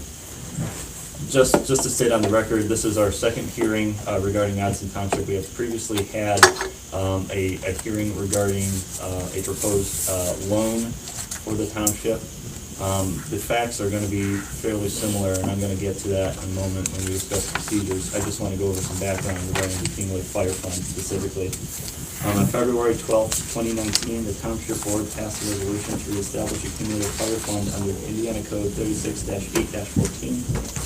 The proposed fund rate was not to exceed 0.0333 on each $100 of such valuation for the 2019 payable 2020 taxes. The fund was approved by the board, the Township Board, by a vote of 2-1 and attested to by the Township Trustee. Subsequently, a notice of adoption was published on February 16th, 2019. This hearing is being held because at least 10 taxpayers in Madison Township filed a timely petition on March 13th, 2019, with the county auditor objecting to the cumulative fire fund. The petition included the following grounds. First, the township expenditure is already the 27th highest in the state on a per capita basis, and any further increase to that will inhibit economic development and increases to the tax base. The township has the highest expenditure on a per capita basis of any township in the state. Any increase in debt will increase the tax rate and prevent the tax rate from being lowered in the future. Finally, significant conflicts of interest exist with a member of the township board. Notice of the time and place of this hearing was given to the county auditor, the trustee, and the first 10 taxpayers whose names appeared on the petition in accordance with Indiana Code 6-1.1-41-8. After this hearing, the Department of Local Government Finance will certify approval, disapproval, or modification of the fund to the county auditor within a reasonable amount of time. I will make a recommendation to the Commissioner on whether this fund is legal based on the ordinance and any evidence collected during this hearing. The Commissioner will then determine whether to approve, deny, or modify the fund in accordance with Indiana Code 6-1.1-41-9. I have already gone through the order of presentation for the proposed loan hearing earlier today. I don't see anybody else that's new, that's only here for this current hearing. So I'm in the interest of time, I was going to forego all the general procedures. Anyone object to that? Saying none. So what we're going to do for this particular hearing, again in the interest of everyone's time, we're going to give everyone who signed up an opportunity to talk, present their comments if they wish. If you've already provided testimony during the proposed loan hearing, and if you simply if you don't want to restate your remarks again, you can simply say, I've already testified at the hearing about the loan. I'd like those remarks to be entered into the record for this particular hearing, and it will be included in the record. Since we know that a lot of the facts and a lot of the situations are both the loan and the fire fund are intertwined. We just want to respect everyone's time, but at the same time wanting everyone to have an opportunity to speak if they wish. That being said, again, we're going to start with those wishing to speak in support of the loan, the fund.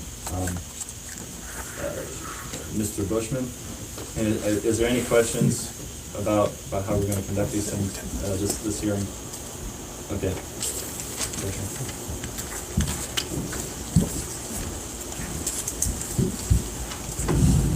My name's Steve Bushman. I am the town Township attorney. I practice with a firm of Thrasher, Bushman, and Vocal, 151 North Delaware Street, Suite 1900, Indianapolis, Indiana. With regard to the presentation on the cumulative fund, again, we will have Chief Lang talk about the method by which they do have an existing cum fund of a lower rate, and he'll talk about the way that they use the cum fund, the way they plan on using this in conjunction with the capital improvement plan.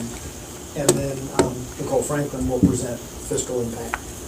All I really need to do is to reiterate on this one, which the testimony I provided in the last one, that there statutorily is no conflict of interest. There is nothing that prohibits any of the 3 board members from participating in a vote with regard to the cumulative fund.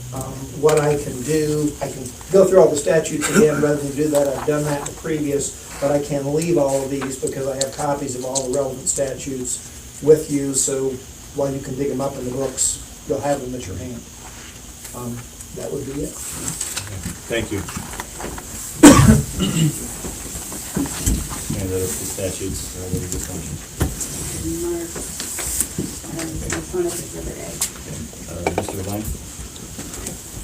You want another capital improvement plan? Is that identical? It's identical. If you want, I'd rather have okay, thank you. Morning. Well, I'll start back again with the capital improvement plan. Capital improvement plan was developed in 2015 when Trustee McDonald took office and I was appointed as fire chief. It's been updated annually and shared with the board and public as well. So nothing in here is new today. It's all been disclosed over the last 4+ years. A couple items I want to touch on before I get into the discussion on the capital improvement plan. And it kind of refers back to a couple of the objections in the first hearing. But it ties into this because of the cumulative fund. Okay.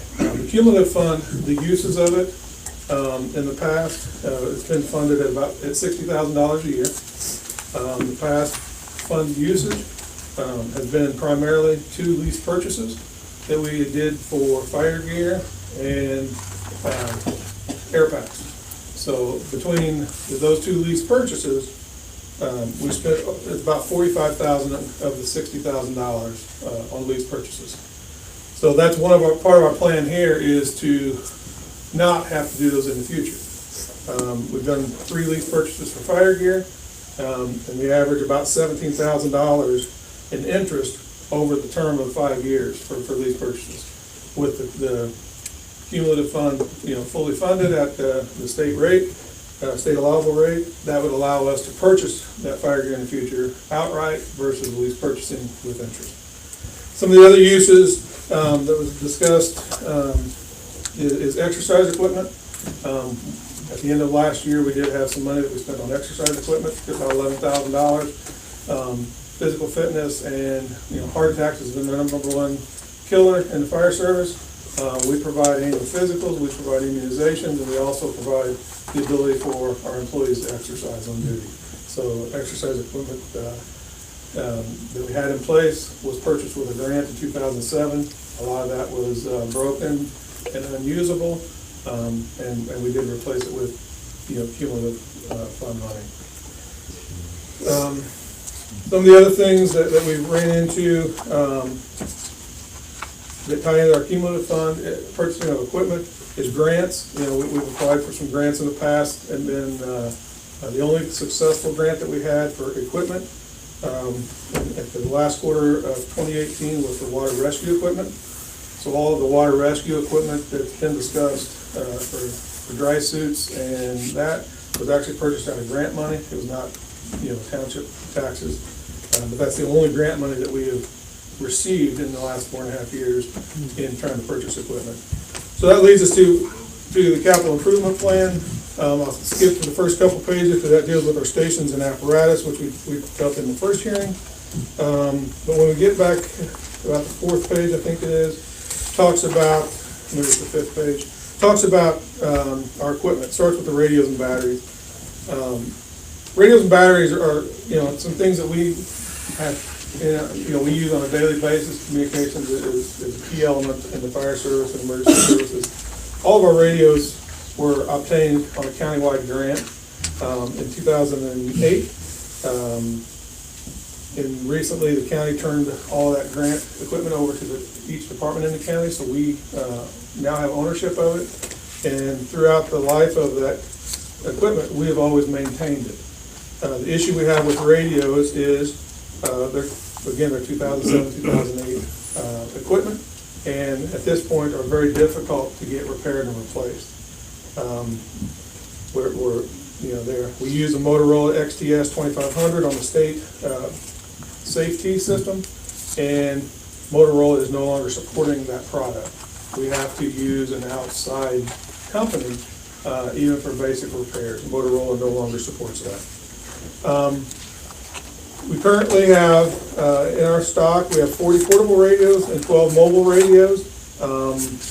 And I'm skimming through here.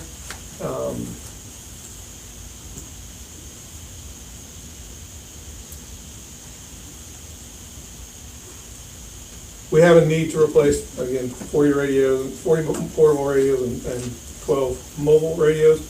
The projected funding source will be the cumulative fund in the future, if we're able to reestablish the rate. If not, the only other option we would have in the near future is going to be another lease purchase. The estimated cost on these is over $200,000, based off of the state QPA for today's comparable equipment. So, in vehicle computers, we identified this early on in the capital improvement plan. Luckily, in 2016, we were able to upgrade our vehicle computers with it ties into our dispatch center where we get our information. The apparatus computers were replaced in 2016 at a cost of about $23,000. So that's something that we need to just keep in mind as we move forward, establishing money in the cumulative fund, because the computers are going to be repaired and replaced over time. The Township Fire Department IT equipment, again, we've taken a step approach over the last 4 years to work on that. We've increased our abilities and security on that. We went to a phone system and a VoIP system, which is a voice over IP, which saved us money. And in the long range, Township Fire Department IT equipment is an ongoing need for funding, which ideally would come from the cumulative fund. Thermal imaging cameras. Our current thermal imaging cameras were purchased in 2006 as part of a federal grant at a cost of $9,500 a piece. As we move forward, those are very old technology. We need the cumulative fund. Again, those would be items that can be purchased by cumulative fund. Current rates are about $12,000 a piece. Fit testing machine. We currently do not even own one. We have to rent or send our people out to be fit tested. Those are things that we would like to have and be able to do as we bring new employees in. Much easier. That's about $9,000 a year. Or I'm sorry, $9,000 for the test machine. Mr. Lang, is everything you're describing in this investment right now, is that in the CIP and everything?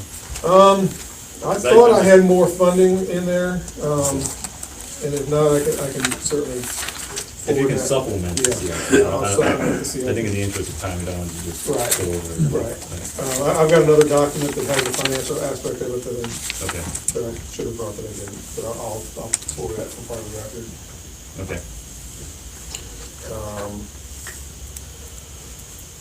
Moving forward, the EMS cardiac monitors. One second here, I'll pull it up and I'll reference it as I'm talking. Cardiac monitors were purchased in 2005 and 2007. Again, the original cost document is $25,000 a piece. Our current status will allow us to fully function with 2 monitors. Our monitor company, Philips, is who maintains them. They've informed us they will no longer service our monitors after 12/31 of 2020. So we are going to have to purchase at least 2 EMS cardiac monitors. And our cardiac monitors estimated at two of them at $37,500 each, for a total of $75,000.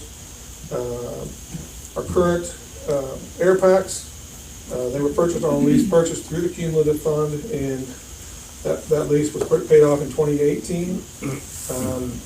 With that, they're now out of warranty, and the repairs are our responsibility. So we should maintain an adequate amount of funds to properly maintain and upgrade these units as needed. Estimated cost on that's over $200,000 for estimated cost on SCBA in the future. We expect that need to be around the 2022 calendar year. I'm sorry, the estimated right there, $75,000.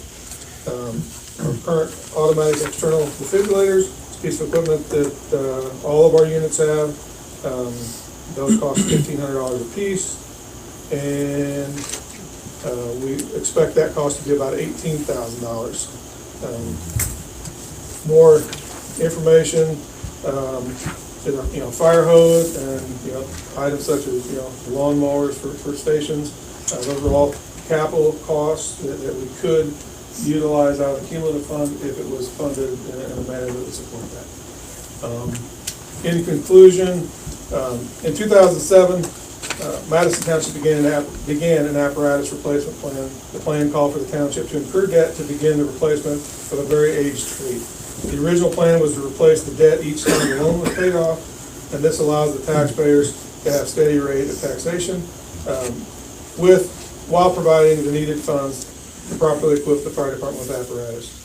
In 2013, once the original debt was paid off and new debt was incurred, the apparatus was currently in a cycle with needs that have been identified in this plan.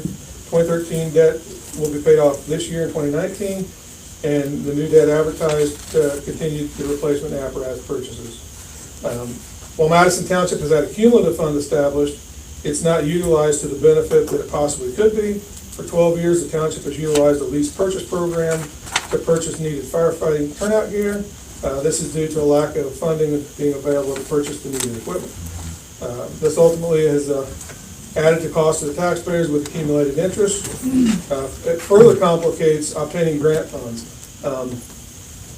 One of the key first questions in the federal grant system asks if we're utilizing all of our available resources, local resources. And in this case, we're not, because the state allows a cumulative fund rate that we are not maximizing. So that hurts us in a lot of grant processes. I have a question on that. So when the federal standard is that you spend all available resources, do they interpret that, if the highest possible level under state law? Because the cumulative fund is rate controlled. Right. There's a maximum rate. The way I understand it is everything in the federal system is on a point system. So if you are utilizing all of your available local resources, that is going to get you more points to qualify for federal assistance. In fact, we are not utilizing all of our local resources available, then we would get less points in that area. That's the way I understand it. Okay.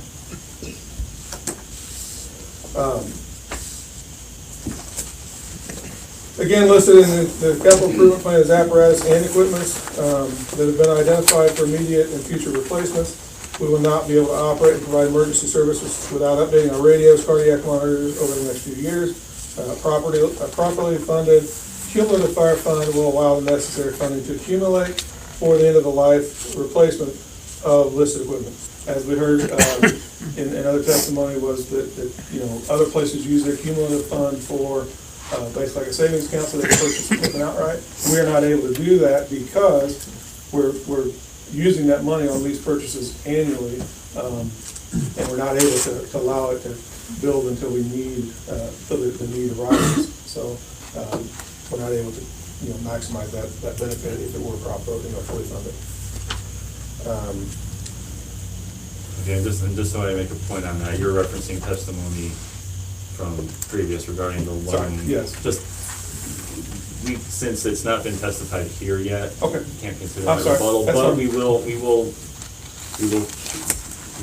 note that you're explaining what you're going to do. Yeah, that's the cumulative fund If it were funded at the state rate and advertised and approved rate by a board, it would allow us to meet the needs of our future, our current and future needs of equipment. At the times that we've identified, radios needing replaced, cardiac monitors needing replaced, all other firefighting tools and equipment. We recently, in 2018, signed our third lease purchase on fire gear. When that lease purchase expires in 2023, we would not anticipate needing to do lease purchasing for that in the future. And again, approximately $17,000 in interest over the life of a 5-year lease purchase is what we've been paying in interest. So we believe that we will be able to meet all of our future needs without future lease purchases.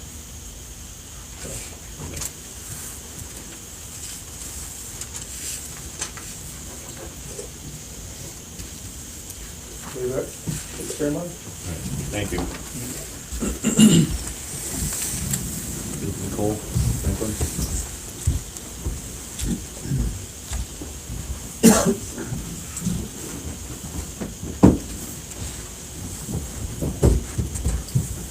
Nicole Franklin, Peters Municipal Consultants, the financial advisors of the township, 1349 Short Ridge Drive, Greenwood, Indiana.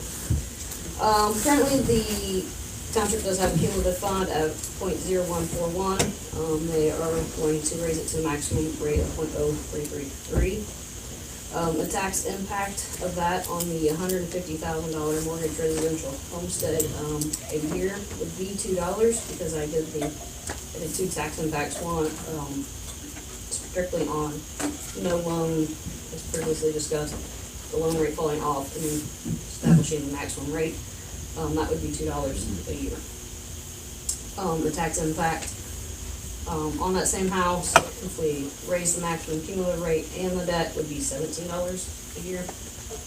And that would take the total tax impact for Madison Township taxing district, including the county, township schools, up to an estimated $581 a year. This still would make Madison Township in the middle of the road on the total taxing rate of Morgan County. Thank you.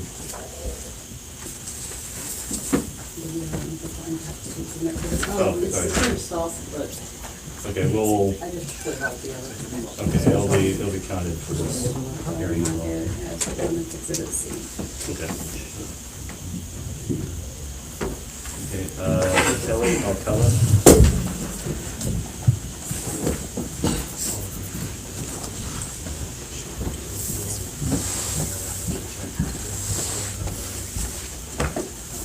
My name is Kelly Akala, I reside at 64 and 51 East Aberdeen Court, Canby, Indiana, Madison Township taxpayer. I am just going to submit the same letter from the previous hearing in support of this as well for myself and my husband. Okay. Thank you.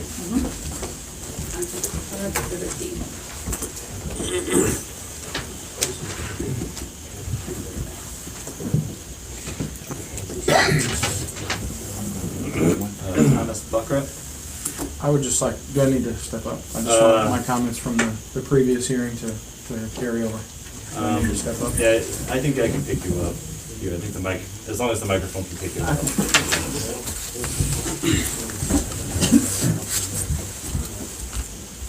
Thomas Buckrup, I reside at 6383 East Pimbo Court, Canby, Indiana. I would just like my comments from the previous hearing to carry over. I am in support of the cumulative funding.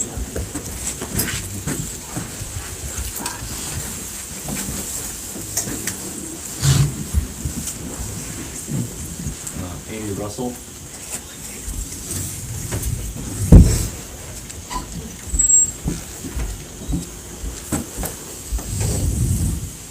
Amy Russell, 12900 John Charles Court North, Canby, Indiana, 46113. I would like my previous comments Okay. to go over this one. Thank you. Thank you. Denise McClure. She had left. Okay, good. Oh, there it is. Oh, excuse me. Yeah, if you could just state your name back in the record. My name is Anthony McClure.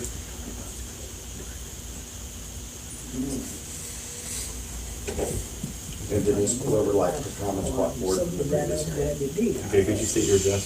13831 North Ashire Circle, Canby, Indiana. Okay. All right.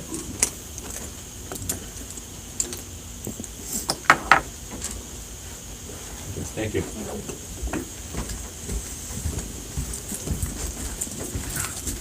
Angela Turley.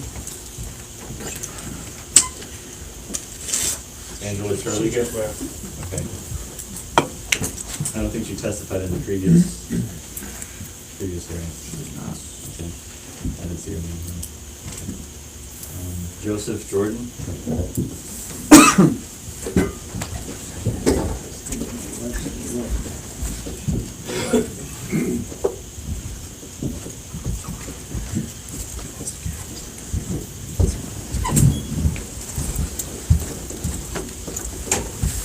Joseph Jordan, 6090 East Solitude Court, Canby, Indiana, 46113. I'm in support.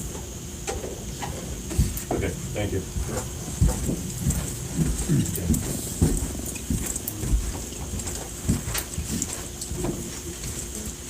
I think that's everybody on the list. If Angela does come back, we will include her comments later. Is there anyone else wishing to speak in support? I have a couple things I'd like to say. Okay.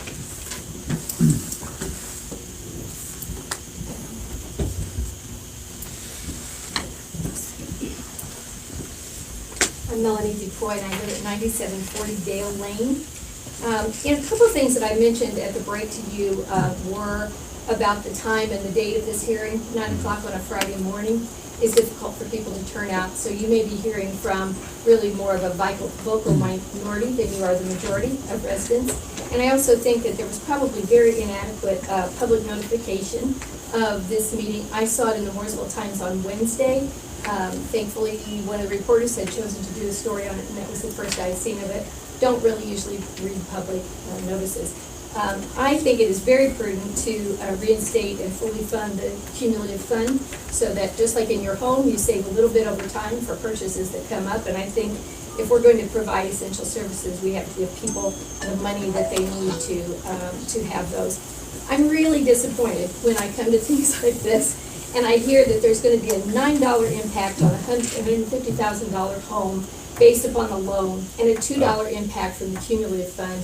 We spend time and we spend resources for analysis from the attorneys and from the financial people to go through these remonstrances. So I just would caution the public that before you remonstrate, know what you're really talking about in terms of impact. Okay. Thank you.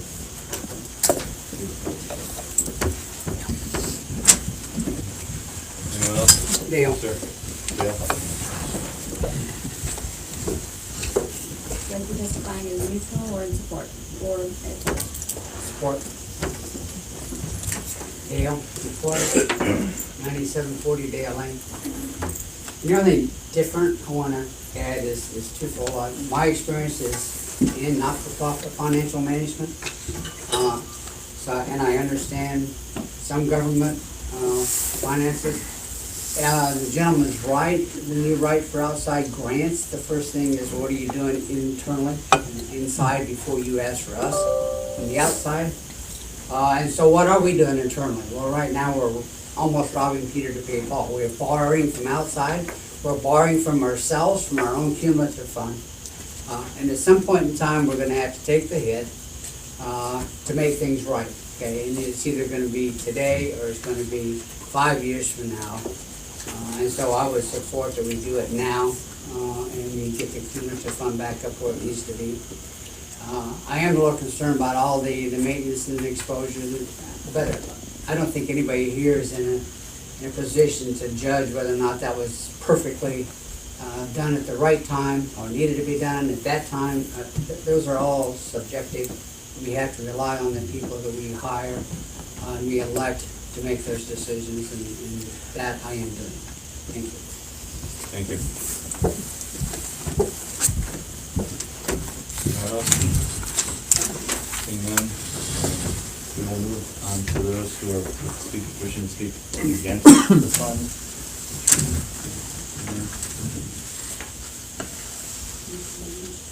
Trudy Ellis. Trudy had to leave. She gave me her written statement to submit. Can I submit it at this time? Yes, I see you're on the end of the list. Would you like to come up and speak now? I'm just gonna turn in her written statement to you, if that's all right. You can do that right now if you wish. Just let me make sure.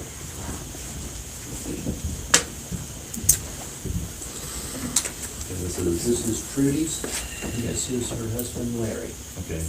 Trudy's statement marked as opponent's exhibit A. Larry Ellis's statement will be marked as opponent's exhibit B.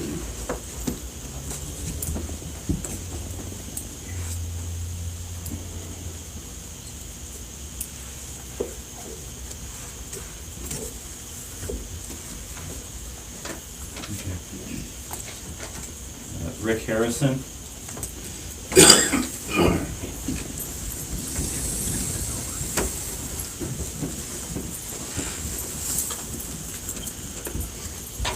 Rick Harrison, 12908 North Robertson Street.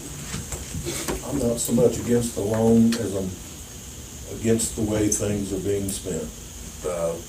He stated in his first statement an AED that needs to be on each piece of equipment was $1,500 or $1,600. Last June, I bought the same piece of equipment for $800 because I shopped around. That's my thing. Be frugal with the township's money like you are your personal money. And he mentioned after the ambulance, they're gonna buy a fire truck. That's a very broad spectrum. That can be a little grass rig to an aerial. I think it needs to be narrowed down what a fire truck is. Thank you. Ms. Candace? She had to go back. Okay. Like I said, anybody can provide testimony, written testimony after.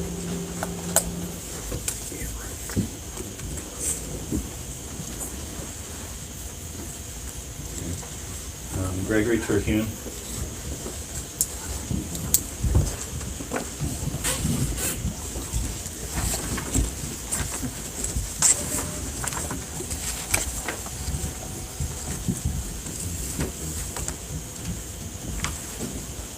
Giving me your statement. Okay. Marked as opponent's exhibit C. Go ahead. My name is Greg Terhune. I live at 6433 East Indian Mills, Canby, Indiana. That's in Heartland Crossing in the Morgan County, Madison Township section. Again, I'd like to thank you for making it possible for citizens to speak on these matters under consideration today. Madison Township trustee is asking to establish a cum fund at the maximum levy.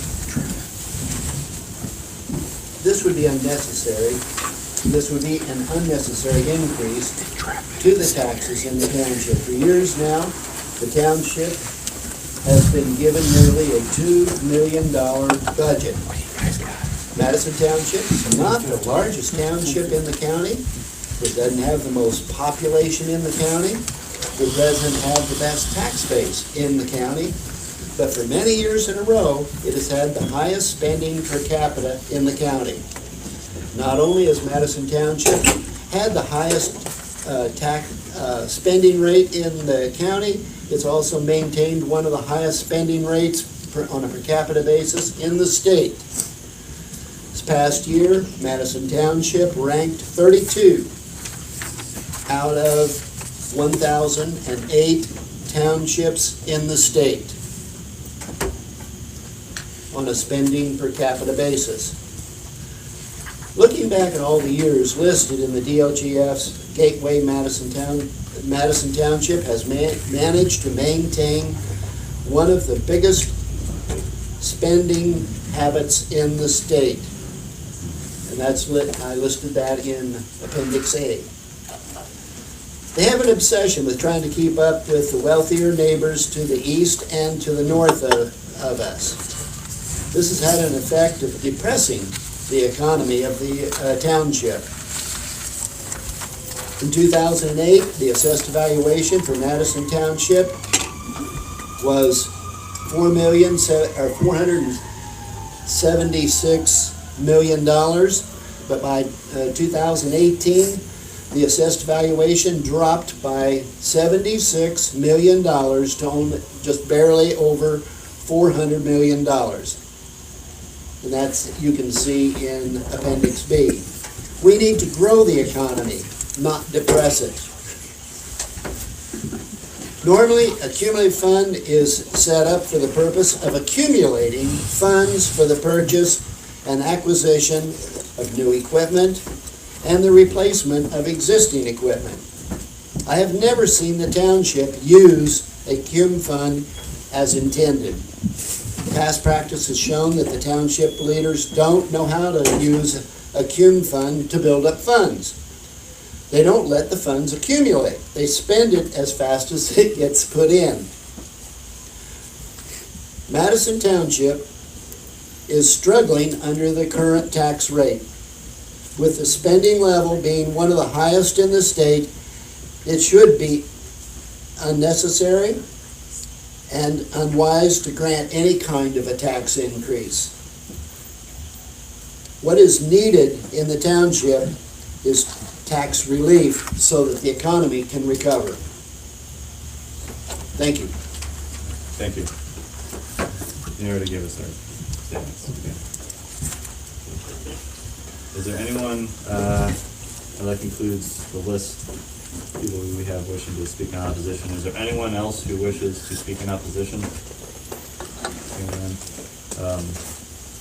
I take it Angela Shirley is not back. Okay. Okay, that concludes the testimony portion. As I said before in the previous hearing, we will open up a window of time for about 2 weeks up until close of business on May 10th for people to submit written rebuttal evidence. I have already given my address. Would anybody like me to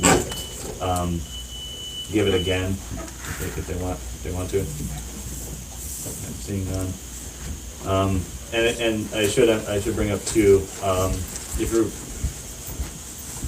try the best you can to try to keep either to the loan or to the fire fund. You can submit written evidence for both if you want, if you wish, just so that we can keep clear for our record the evidence pertaining to the loan and the evidence pertaining to the funds to the best we can. I know that it might be difficult in some cases, but. So thank you all for being here for your testimony and your attention. As before, I will make a recommendation to the commissioner, and after a time, there will be a determination made by the department on this disposition of the fund. If there are any other questions, seeing none, at this time, the hearing on the cumulative fund is adjourned.